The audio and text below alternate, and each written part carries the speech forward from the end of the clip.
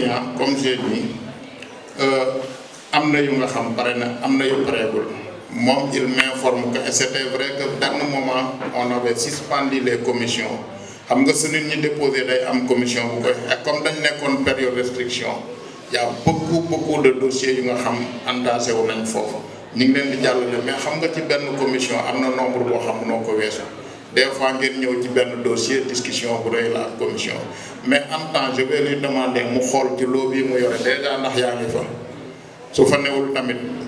numéro yi en réalité dëgg toxu nañ gis à côté parce que fu ñu newoon commission protection civile moo ne ñu génn fa dafa màggat léegi ñu ngi xool ni ñu koy tabaxaatee pour mu jóg assemblée générale bu autorisé woon nañu loolu depuis 2018 en temps ñi ngi déplacé mais on n'a pas changé les numéros on n'a pas changé les numéros peut-être numéro crédit Tigo boobu ngay wax loolu c'était circonstanciel mooy temps au paiement Covid beeg yooyu numéro dagg na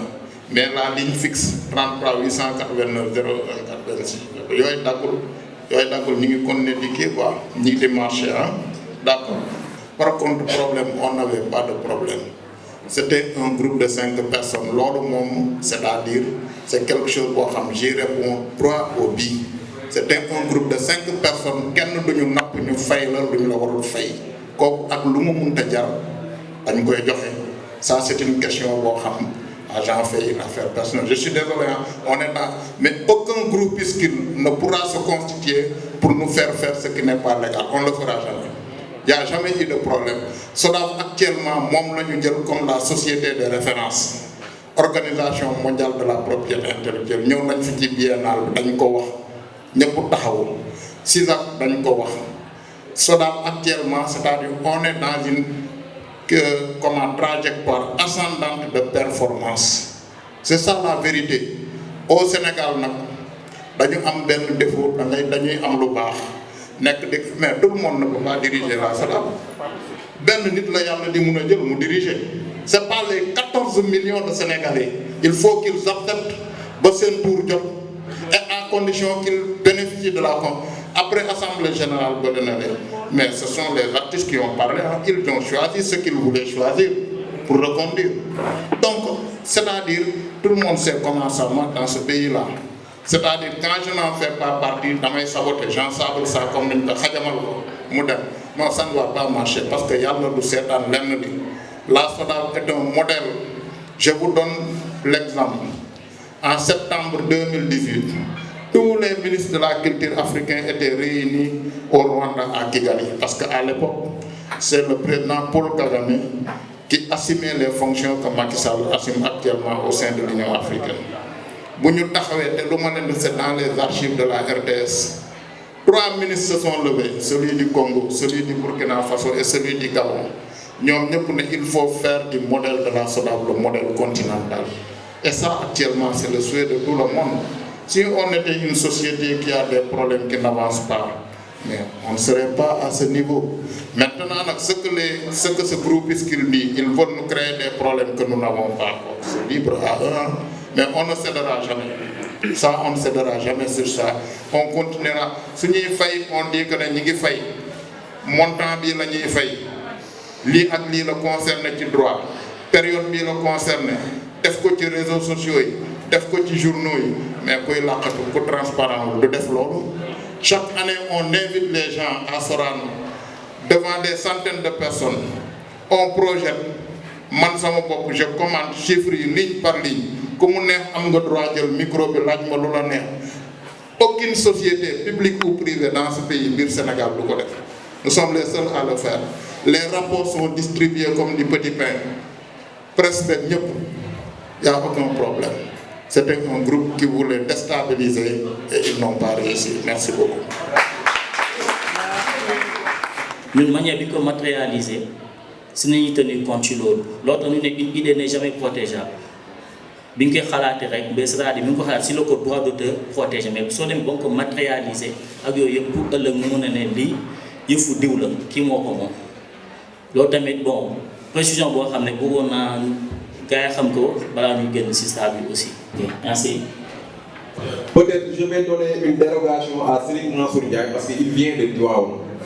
Il vient de Tivaouane. Mansour, tu viens. dafa amoon benn question bu mu bëgg a laajte donc comme que dafa jógee ba Tivaouane.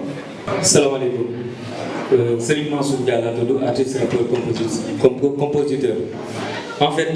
d'ailleurs comme que yàgg naa dem SODAV te yàgg naa gis ni comme que ñun ci yéen lañ bokk yéen tamit ci ñun ngeen bokk. parce que déposé naa sama carte ça fait des années ba SODAV ni muy ñëwee tamit topp naa carte bi ba xam fu mu toll. ba déposé woon par mail sama photo ak comment dirais-je sama photo ak presque sama photo di carte d'identité quoi léegi depuis boobu ba léegi dafa yàgg jotuma sama carte woote naa fi du ma jot kenn ma doon laaj ba xam sama carte bi tamit aussi fan la toll ba xam tamit aussi problème yi ngeen doon jànkonteel moo ko waral wala genre loolu laa doon laaj aussi tamit comité bi nga xam ni moo fi nekkal région de Thiès bëgg naa tamit ñoom seen information di jàll à Tivaouane parce que Tivaouane y a des artistes yoo xam ne démarches yi surtout certaines démarches yi nga xam ne ñun culture bi laaj nañ ko ñun ñu ngi koy jug di def sans autant que ñu xaar kenn mais day neex ñu jot ay information ci ñoom parce que ci ñoom lañ bokk quoi ok merci maa ngi jégalu di gàttal la. merci monsieur Dia merci. mooy man maa ngi tudd Ibrahima Ndiaye. journaliste la mais dafa am lu ma dund loo xam ne dama cee bëgg am leer lu tuuti dama dem ci terrain bi couvrir activité ak benn institution de la presse c'est normal ñoo ñu convié ñu couvrir bi ñu paree ñu traité def reportage def mise en ligne donc c'est public pour tout le monde ba fii aw ma ci benn jafe-jafe mais li ma jaaxal mooy dañu toog quelque temps après ñu convié ñu ci benn activité ma dem di ko couvrir j'ai vu ñu projeté film boobu en fait reportage bi nga xam ne man maa ko def sans pour autant que ñu informé ni ma dinañ ko utiliser à d'autres fins je sais pas maintenant est-ce que loolu mën na dugg ci droit d'auteur wala fan lañ koy dugg. merci beaucoup Dios maa ngi nuyu ñëpp alors amoon naa quelques questions mais avant xëy na ma présenter wu d'abord donc man may Arfan Sarr man may responsable département TIC au niveau de l'ISEP de Thiès alors fii nag dama ñëw dans un cadre pédagogique je suis accompagné de mes étudiants parce que tribune bi pour ñun c'est un contexte pédagogique et je rappelle que aussi ci suñu métier yëpp dañuy jàngale cinéma dañuy jàngale art graphique numérique dañuy jàngale tamit journalisme ak communication ak création multimédia ci maquette yëpp am na environnement juridique des productions je pense que am na même membre SODAV bu tudd Moussa Diop que vous connaissez bien moom moo ñuy accompagner généralement dans les cours bëgg naa tamit laajte ci cadre production yi ñuy def parce que ISEP commencé na génne ay films yoo xam ne apprenants yi étudiants yi ñoom ñoo koy def daaw dem nañu FESPACO yóbbu film étudiant bi ñu sélectionné woon ren tamit demaat nañu festival Vue d'Afrique Montréal boo xam ne aussi benn étudiant moo def film bi ñu sélectionné ko alors film yooyu tamit école bi moom moo koy produire parce que moom mooy teg environnement matériel bi moom moo leen di accompagner pédagogiquement te bëgg nañu comprendre tamit est-ce que du point de vue des droits d'auteur par exemple si bu ñu amee film bu ñu jaay nan la ñu war a répartir par exemple ces droits-là loolu bëgg nañu am peut-être une consultation par rapport à ça. Alors merci beaucoup. Je pense que présenté na Mamadou Ndiaye Camara, je suis artiste slameur, éditeur également et comédien. Donc j'avais des questions juste déjà parce que je pense que pour la première rencontre à Thiès, j'avais proposé à ce que nous créions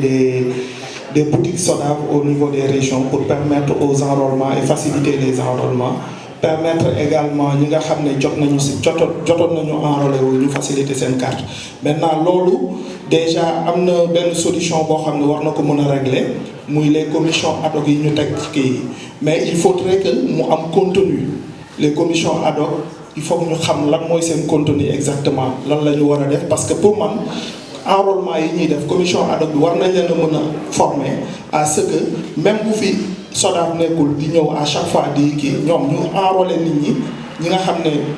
bëgg nañu enrôler wu chaque 3 mois ñu envoyé ko à la SODAV ñu créer les cartes donc loolu contribution la bu ma bëggoon a apporter par rapport à ça et également laaj à ce que ñu wax ñu le contenu exact les cahiers de charge de la commission ad hoc. ñëpp xam nañ ko mais su ma junjee rek nañ xam mu génne benn son dugal ci loolu ma doon ci école yi muy faral di wax dama ko yëngal waaye dama ko yëngal di ngeen xam kii ma bëgg wax quoi voilà léegi loolu noonu man ba ma créé depuis 5 ans 6 ans booba artiste bi sax booba génn ku pom mu duggee Armos gannaaw yàlla Diop Fall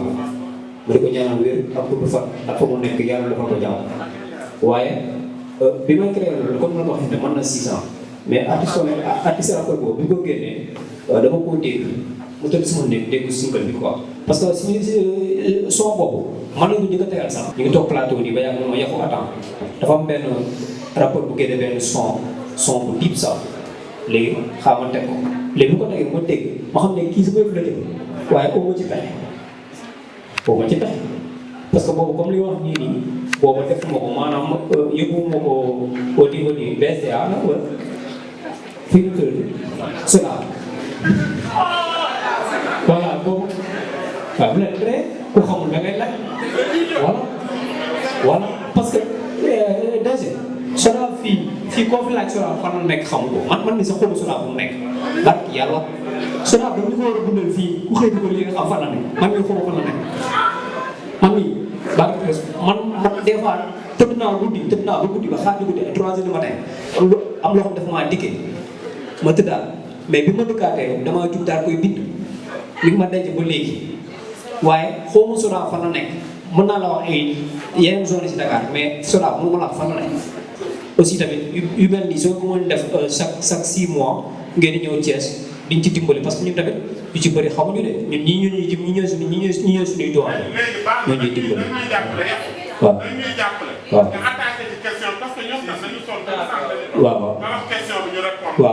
waaw foofu laa woon sax foofu laa woon nag waaw jàngeen merci beaucoup. Je sais que le chantier est très vaste. Le chantier de l'art au Sénégal est très vaste. C'est très vaste. waaw monsieur Ndiaye mi ngi fi donc képp ku yittewoo sa carte xaaral monsieur Ndiaye mi ngi ñëw voilà à défaut de tey aussi demain mi ngi Croix-Rouge toute la journée. enrôlement bi waaw enrôlement bi la ñuy wax monsieur Ndiaye mi ngi fi demagul donc ku bëgg a jël sa carte mën nga ñëw léegi mu xool ko su nekkee yaa ngi fi mu jox la ko à défaut demain Croix-Rouge toute la journée mi ngi fa après demain Croix-Rouge toute la journée mi ngi fa pour l'enrôlement. Moi j'avais d'abord une question. Pour pouvoir répondre à vos questions, j'ai une question. Est-ce que vous êtes inscrit dans une société de gestion collective, que ce soit ici ou ailleurs? Vous êtes inscrit à la SODAV. Vous êtes inscrit à quel titre? D'accord, donc voilà, parce que ce que je voulais dire, c'est que en tant qu'éditeur, vous avez 2 casquettes. C'est ce que je disais même tout à l'heure. Il est comédien aussi. Voilà, donc vous avez 3 casquettes. Vous avez la casquette d'auteur, en tant que slammer, si vous êtes l'auteur de vos textes.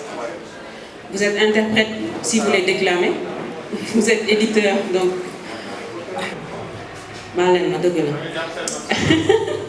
Pour ñetti casquette yooyu dama ko ne moom war na mën a inscrire au niveau de la SODAV parce que casquette bu nekk ak droit yu mu am ak li mu mën a xaar comme revenu droit voisin yi ndax commencé nañ ko wala commencé bu ñu ko li nga war a xam mooy ñaari droit principaux la ñu war a wax ci droit voisin muy copie privée ak rémunération équitable. Par rapport ak rémunération équitable dafa am benn commission bu nga xamante ne état bi moo ko créé. C'est prévu par la loi. C'est pas une commission bu nga xamante ne SODAV moo ko moom non non état bi moo toog mu ne non il faut mu am benn commission bu nga xamante ne moom mooy xalaat ci li ñu war a fay artistes interprètes yeeg producteurs yeeg bénéficiaires de droits yooyu. ñooñu toog nañu réfléchir ba déterminer benn taux de 18%. maanaam tey benn bar wala benn hôtel bu doon fay 100 000 francs. dama dafay da ngay jëlaat beneen 18 000 francs buy ñëw tegu ci loolu pour droit voisin donc droit d'auteur bi mooy nekk 100 000 18 000 francs bi nekk pour droit voisin loolu c'est quelque chose bi nga xamante ne ministère moo koy piloté parce que moom mooy présider kii bi commission bi laajoon na nag mu am une grande communication te ñun foofu dañ leen doon xaaree lu bëri yëguñu ko mais c'est en train de se faire petit à petit am na ay quelques contrats yu ñu commencé am ak ñi nga xamante ne ñoom ñoo war a fay ñooy redevable yi ñuy commencé di fay mais pour que loolu mën a nekk même si ñun dem nañu ba percevoir ci xaalis il faut que aussi ñi nga xamante ne ñoom ñooy bénéficiaires de droit yi ñu mën a inscrire maanaam c'est pas parce que rek droit voisin commencé na que nit ñi tous les artistes interprètes fii war nañu xalaat ne man am naa xaalis non dafa am procédure moo tax adhésion bi am solo déclaration yi ngeen war a def de vos interprétations ak yooyu yëpp ngeen war ko def et puis ñu xool dans quelle mesure am na beneen aspect bi nga xamante ne tamit ñoom ñi nga xamante ne ñoom ñuy diffuser par exemple ñoom ñuy def yenn yi di ko diffuser ñoom am na ay programme yu ñu war a remplir pour wax ñu ne ñun de lii wéyu diw ak wéyu diw lañu diffuser fekkee ne nag wéyu monsieur Korka nekk fii moom mënul xaar ay droit foofu laa doon wax aussi quoi c'est important c'est pas parce que nit ki inscrire na rek dafa war a am ay droit loolu aussi lu am solo la pour ngeen mën koo bàyyi xel donc droit voisin commencé na mais timidement on n'a pas encore payé ça moom je le dis tout de suite fayaguñu parce que ñu ngi jéem a signé waat xam nga ki doon fay 100 000 nga ne ko léegi da nga war a fay 118 000 il faut nga waxtaan ak moom du ñëw rek nangu ko commission copie privée mun naa wax ne moo ëpp sax xaalis parce que tous les supports yuy dugg ci Sénégal au niveau de la douane support bi la permettre nga enregistrer muy son muy audiovisuel muy lépp da nga war a fay dañu war a fay fabricants yi importateurs dañu war a fay au niveau de la douane ñu nekk ci ay discussion am na benn taux bu ñu xalaat au niveau de la commission ñu war cee waxtaan ak ministère des finances ak douane aussi léegi dañu soxla aussi artistes yi taxaw pour mën a défendre loolu te suñu prochaine AG bi ñu ngi ciy woo artistes yi yëpp pour ñu ñëw jàppale ñu ci parce que état bi moom moo mën a déclencher loolu pour que au moins artistes yi mën a gis seen bopp c'est des millions et des millions je vais dire même c'est des milliards boo demee Burkina je pense seen collecte yi ça dépasse des milliards ci lu ñu collecté juste pour copie privée waxuma sax yeneen droit donc loolu aussi SODAV même bu fekkee ne mu ngi ciy xeex commission bi mu def liggéeyam artistes yi ñoom ci seen bopp ñoom dañ ci war a taxaw yaa ngi doon laajte le but des commissions ad hoc et je pense que am na keneen aussi ku wax ci commission ad hoc yi c'est-à-dire li ñu war a préciser mooy commission ad hoc c'est le prolongement du conseil d'administration ñoom dañu nekk fii pour xam lan mooy seeni ay problème ñu mën koo bind liste yëpp ñu mën a joxe ay orientation comme CA bi ni muy def rek CA bi ay orientation lay joxe mais par rapport ak mise en œuvre liggéey bi ci boppam loolu équipe SODAV moo ko war a def donc ñoom mënuñu inscrire nit mënuñu récupérer ay dossiers d'adhésion mënuñu ko loolu bokkul ci seen mission même si je comprends que pour yéen ça aurait été plus facile parce que ça vous évite bien sûr de vous déplacer comprendre nañ ko bu baax mais am na fu nga xamante ne tamit c'est une responsabilité qui est très lourde parce que tey commission bi bu amee kenn damay wax rek dañuy waxtaan suñu biir bu amee tey kenn man maa ngi nekk membre commission bi mu am kenn ku ñëw ma réeral document moom membre commission bi il peut pas répondre dafay naan bon man maa ko téye woon c'est vrai lii ak lee mais bu boobaa SODAV mën na ne man jotuma est-ce que comprendre ngeen day dégager responsabilité alors que ce n'est pas son rôle juge bi tey bu waree wax day naan non SODAV yéen la ñu jox mission bi ci loi bi yéen la ñu wax ne yéen yaa leen di toppatoo artistes yi ñii ils sont là pour vous accompagner pour faciliter leen seen liggéey donc ci liggéey boobu ñuy def ñoom dañu mën a juste collecter seeni ay bëgg wala seeni ay attentes quoi après ñu xamal ñu ko ñun ñu jéem a xool ni ñuy liggéeyee pour ngeen mën cee jot. Donc eux ils ne peuvent pas prendre les instructions loolu laa bëggoon préciser par rapport ak ces questions bi. Juste sur les effets spéciaux après ma bàyyi DG mu répondre ci des sur les effets spéciaux mu ngi doon laajte monsieur Sarr on est très content de voir l'ISEP parce que recevoir nañ équipe ISEP il y a pas longtemps ci courant mois de mai bi ñëw nañu ak seen étudiants ñëw nañ bi ñu defaral leen benn présentation et tout effets spéciaux yi c'est quelque chose qu'on n'a pas encore pris en charge mais ñu ngi ciy xalaat parce que comme yeneen dëkk am na ñi nga xamante ne même feu d'artifice yi nekk France 14 juillet bi ñuy def feu d'artifice kii def mise en scène beeg artificier moom ci boppam dafa am ay droits donc tey même Sénégal loolu war na mën a am mais dafa laaj ñu encadrer ko il faut aussi une professionnalisation du secteur mais ñu mën a xam ku nekk lan mooy apport intellectuel am ak créativité bu mu ci indi parce que loolu dafa am solo du question nga créer pour créer kese mais originalité bi ma doon wax il faut mu nekk ci donc c'est des choses sur lesquelles on est en train de on se penche et auxquelles on réfléchit. Je disais que les artificiers, les feux d'artifice, ñoom aussi ils ont des droits comme les auteurs d'effets spéciaux mais dafa laaj ñu gën cee gëstu pour ñu mën leen accompagner dans ce sens-là. Je vais juste apporter comme précision. Merci. Voilà, merci beaucoup. Je pense qu'elle vous a bien expliqué les choses. Monsieur Kamara, je vais juste faire une précision. On n'a pas de problème d'identification. Peut-être que vous n'avez pas bien compris le sens de mon propos. On a une base de données extrêmement fiable qui est connectée à des bases de données internationales. Ce que je disais en parlant d'identification, j'ai dit qu'il y a des cartes qui sont produites. Une personne peut-être née à Thiès et ne pas habiter à Thiès, par exemple. Donc, dama ne nit mun na juddoo Thiès te dëkkul Thiès. Donc dañoo ne carte ñu kii ba pare pour nga xam ndax borom Thiès la dëkk wala dëkku fa loolu laa doon wax identification mais c'est pas pour identifier la personne mooy problème bi mais carte bu ñu defar ba pare je prends Mamadou Ndiaye même si Mamadou Ndiaye est né à Thiès il peut habiter Tamba looloo tax ma ne ci rôle commission bi dama ne la première mission man bu ma confié woon les commissions mooy nañu recenser liste ñu déposé woon ñëpp ñu xool ñu nga xam seen bos génn na ñu joxe ko ñu nga xam seen bos génnul ñu xool lan moo tax génnewuñ carte bi su fekkee dafa am lu motul wala leneen ñu joxe ko partie boobu laa doon waxee identification. Ce sera l'occasion pour ñu nga xam gisuñu seen carte te déposé woon nañ ngeen ubbi benn liste boobu Ndiaye fi ñëw mu indaale ko ci liste bi da ngeen ciy def seen numéro de téléphone aussi nga xam suñu ko xoolee. su fekkee gis nañ ko ñu jox leen su dee gisuñu ko wala su dee carte bi génnul am dafa am problème bi mun leen woo ne la lii ak lii ñoo manqué d'accord merci beaucoup. Voilà, merci tout le monde. Donc nous remercions le festival à tout le monde. Merci.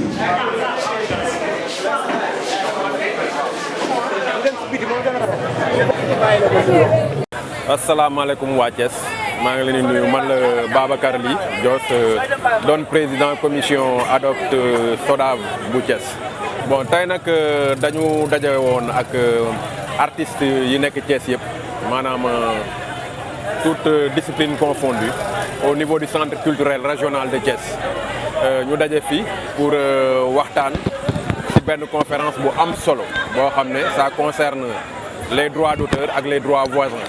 Animé par le président et par le directeur de la SODAV de Dakar avec son staff. En même temps mu indaale une équipe boo xam ne day faciliter enrôlement wu artistes yi nekk Thiès yëpp pour ñu mën a am carte de membre SODAV. Léegi nag événement bi c'est un événement majeur qu'on doit placer dans un événement majeur aussi qui est le FESRAI organisé par ARCO Thiès. Donc ARCO Thiès moo initié projet bi travailler ci en collaboration avec la commission ad hoc de la SODAV à Thiès. Voilà loolu moo waraloon rencontre bi mu nekkoon nag jotaay bu am solo parce que conférence bi ça a été suivi d'un débat question-réponse maanaam bépp question boo xam ne lëndëmoon na tey ci boppu artistes yi pour lui concerner droit d'auteur ak droit voisin ak nan la ñuy def pour déclarer seeni œuvre ak nan la ñuy def pour mën a am carte SODAV je pense que tey conférence bi apporte na si une solution adéquate. En même temps aussi ARCOS ak collaboration commission ad hoc bu SODAV permettre nañ artistes yi au lieu ñuy dem ba Dakar pour mën a dem inscrire yi pour mën a am carte SODAV fexe nañ ba avec la diligence et la compétence et le pragmatisme aussi de la SODAV am benn équipe boo xam ne day rester ak ñoom durant tout le festival pour di enrôler les artistes yi nga xam ne dañoo bëgg a am carte. En même temps indaale nañ ay loowu carte yoo xam ne pare woon na pour ñi nga xam ne dañu déposé woon te seen carte génnagul dinañ mën a profité waale par rapport ak événement bi mën a récupérer seen carte voilà. waaw xam nga ñun commission ad hoc lañ c'est-à-dire ñun ay artistes lañ donc yu jël ci sunu temps yu jël ci sunu énergie pour loolu noonu ngay yëkkati comme question maanaam s'orienter bi amoon entre artistes yi ak SODAV ñun kàmb googu lañ bëgg a fat moo tax ñu doon commission ad hoc boobu les commissions ad hoc boobu très d'union rek lay doon pour fexe ba nga xam ne artistes yi ñoo nekk si gox-goxaan yi mën a am relais par rapport ak SODAV donc ku ñu bëgg a gis maanaam kenn du seet boppam ñu ne ay artistes lañ donc artistes yi xamante nañ biir Thiès donc loolu rek moo waraloon teewaayu commission ad hoc bi maanaam faciliter l'accès à l'information pour les artistes de Thiès. En même temps aussi di initier ay projets yu mel nii pour que lépp loo xam ne rek war na ko mën a am par rapport ak SODAV soo jaaree si ñun suñ ko mënta matale aussi dañ la wan yoon bi ngay jaar. Bon man je pense que d'abord ñun le combat du 21e siècle pour tous les artistes du Sénégal moom mooy le combat du statut de l'artiste te statut de l'artiste mënuñ ko wax te waxuñu formalisation te formalisation aussi mënuñ ko wax te yow ca la ngay liggéey amul benn institution bu nekk ci dëkk bi bu la ci reconnaître donc man maa ngi pousse bépp bu ndaw boo xam ne vraiment da nga bëgg a yëngatu ci art première chose bi nga war a def moom mooy demal former wu ji c'est hyper important. Deuxième chose fexeel ba bokk ci organisation associative yi nekk ci sa gox-goxaan. Troisième chose bépp institution boo xam ne maanaam dafa ëmb ceewul la ngay liggéey fexeel ba jege ko su nekkee am na fa kayit bu lay mën a lëkkaleeg moom nga am ko fa parce que loolu yëpp day faciliter sa liggéey. Voilà maa ngi nuyu waa Thiès di remercier waa ARCO di féliciter Jules Dramé parce que dëkk dafa soxla événement yu mel nii parce que événement culturel de haute facture yi moom mooy tax dëkk di am koom-koom tey soo demee festival de jazz à Saint-Louis maanaam Saint-Louis yëpp day yëg que ni festival bi am na njëriñ nga demaat beneen dëkk comme Dakar tey en ce moment biennale bi ñëpp xam nañ ne nit ñi jógee nañ fu ne ci àdduna di ñëw ci biennale bi donc Thiès su amee festeraay moi je pense que autorités yi dañoo war a fexe ba jàppale leen ba saxal festival bi parce que suñ ko saxalee rek saxal nañ koom-koomu Thiès parce que nit ñi ñëw pour participer ci festival yi ci hôtel yi la ñuy dal nit ñi ñëw di participer ci festival ci restaurant yi la ñuy lekkee nit ñi ñëw di participer ci festival ci taxi dëkk bi la ñuy dugg léegi nag loolu moom mooy développer réew donc la culture est un levier de développement voilà donc nañ jàppale festival merci. bon asalaamaaleykum mbokku internautes yi maa ngi nuyu ñëpp di ziar ñëpp man Khadim Fall laa tudd ñu gën ma xam ci turu artistes yi ñenn ñi ci ko ñenn ñi cuuc quoi bon teewaay bi tey fii dañu préparer festival bi ñu def nag benn affaire bi nga xam te ni waa SODAV dañuy rencontrer waa SODAV pour ñu wax ñu lan mooy njëriñu droit voisin yi ak droit yi nga xam te ni SODAV da koy joxe ak carte yi droit d'auteur merci beaucoup ak carte yi naka la ñuy def ba am carte yi donc ci loolu lañ amoon rencontre bi defe naa ni initiative bi waa Thiès def bu ko waa SODAV bàyyiwul yëpp dinañ jot seen carte parce que tey déjà am nañu jot seen carte donc waa Thiès ARCO bu Thiès dañu waxoon SODAV buy ñëw dañoo joxoon benn liste pour que ñu indaale carte yi donc indaale nañ ay carte woote nañu ñenn ñi jox nañ seen carte quoi donc initiative bu baax la képp koo xamante ni yaa ngi ci art bi moo xam ngay yatt moo xam ngay fecc moo xam ngay peintre moo xam ngay sculpteur moo xam fépp foo mën a nekk ci wàllu art bi ñu ngi ci woo ñëpp que parce que suñu yëf la quoi nit ak lu moom quoi parce que déjà tey DG mi ngi wax ni ci Covid bi rek delloo nañ xaw ma ñaata million donc delloo nañ ñaata million parce que nit ñi ñëw ñu jël si seen xaalis c'est important quoi il est important que ñuy jël si li ñu moom quoi donc SODAV suñuy xaalis dañ fa moo fa nekk nañu jaar ci yoon bi war a jaar et puis kayitu SODAV bi dafa am solo sax nga nekk ci benn structure amaale say kayitu bopp man benn jour damay dem ci Covid bi ma ànd ak sama benn copain médecin la ak chauffeur am ci Covid bi ñu génn ñoom médecin bi génne carte am comme médecin chauffeur bi aussi génne carte am man amoon benn carte bu ma génnee donc en tant que artiste et que mënoon naa génne sama carte SODAV malheureusement boobu sama carte SODAV génnagul donc maa ngi ciy invité sama mbokk artistes yëpp wala bu ñu mënti nekk ñu dem déposer SODAV déjà tey waa SODAV ñu ngi Thiès pour 3 jours ñëpp ñoo xamante ne nii déposé gul mën nañ ñëw def seen enrôlement